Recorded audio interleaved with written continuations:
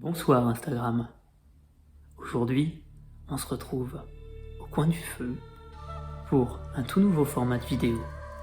Des vidéos très calmes pour décompresser de votre semaine. Bonne écoute. Au-delà du mur végétal, il y avait un ample espace d'herbe rase. Sur le seuil de cette savane, un seul arbre s'élevait. Il n'était pas très haut, mais de son tronc noueux et trapu partaient comme les rayons d'une roue, de longues, fortes et denses branches qui formaient un parasol géant. Dans son ombre, la tête tournée de mon côté, un lion était couché sur le flanc. Un lion dans toute la force terrible de l'espèce et dans sa robe superbe. Le flot de la crinière se répandait sur le mufle allongé contre le sol. Et entre les pattes de devant, énormes, qui jouaient à sortir et à rentrer leurs griffes, je vis Patricia.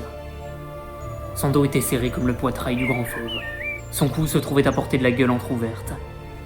Une de ses mains fourrageait dans la monstrueuse toison. King, le bien nommé King, le roi. Telle fut ma première pensée. Cela montre combien, en cet instant, j'étais mal gardé par la raison et même par l'instinct. Le lion releva la tête et gronda. Il m'avait vu. Une étrange torpeur amollissait mes réflexes, mais sa queue balayait à l'air immobile et vint claquer contre une lanière de fouet contre son flanc. Alors je cessai de trembler. La peur vulgaire, la peur misérable, avait contracté chacun de mes muscles. J'aperçus enfin, et dans le temps d'une seule clarté intérieure, toute la vérité. Patricia était folle et m'avait donné sa folie. Je ne sais quelle grâce la protégerait peut-être, mais pour moi, le lion gronda plus haut, sa queue claqua plus fort. Une voix dépourvue de vibrations, de timbres, de tonalité m'ordonna. Pas de mouvement, pas de crainte. Attendez. D'une main, Patricia tira violemment sur la crinière.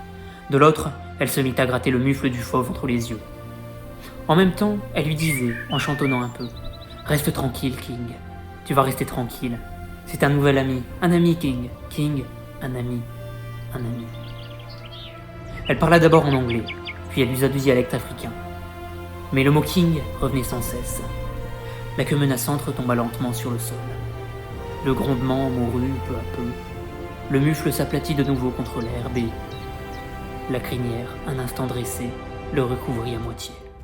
« Faites un pas, me dit la voix insonore. J'obéis. Le lion demeurait immobile. Mais ses yeux, maintenant, ne me quittaient plus. Encore, dit la voix sans résonance. J'avançai. De commandement en commandement, de pas en pas, je voyais la distance diminuer d'une façon terrifiante entre le lion et ma propre chair dont il me semblait sentir le poids, le goût et le sang. À quoi n'eus-je pas recours pour m'aider contre l'éclat jaune de ses yeux fixés sur moi? Je me dis que les chiens les plus sauvages aiment et écoutent les enfants. Je me souviens d'un dompteur de Bohême qui était devenu mon camarade. Il mettait chaque soir sa tête entre les crocs d'un lion colossal. Et son frère, qui soignait les fauves du cirque, quand en voyage il avait trop froid la nuit, il allait dormir entre deux tigres.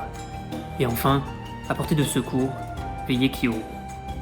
Mais j'avais beau m'entêter à ces images rassurantes, elles perdaient toute valeur et tout sens à mesure que la voix clandestine me tirait vers le grand fauve étendu. Il m'était impossible de lui désobéir. Cette voix, je le savais en toute certitude, était ma seule chance de vie, la seule force, et si précaire, si hasardeuse, qui nous tenait, Patricia, le fauve et moi, dans un équilibre enchanté. Mais est-ce que cela pouvait durer?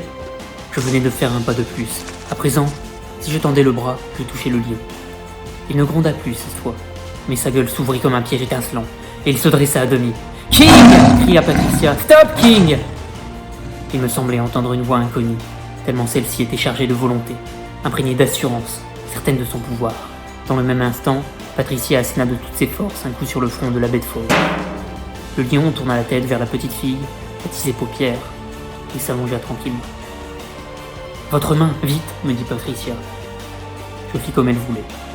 Ma paume se trouva posée sur le cou de King, juste au défaut de la crinière. « Ne bougez plus, dit Patricia. » Elle caressa en silence le mufle entre les deux yeux, puis elle m'ordonna. « Maintenant, frottez la nuque. » Je fis comme elle disait. « Plus vite, plus fort !» commanda Patricia. Le lion tendit un peu le mufle pour me faire flairer de près, bâilla, ferma les yeux. Patricia laissa retomber sa main. Je continuai à caresser rudement la peau fauve. King ne bougeait pas. « C'est bien. Vous êtes amis, dit Patricia gravement. Mais aussitôt elle se mit à rire, et l'innocente malice que j'aimais tant la rendit à la gaieté de l'enfance.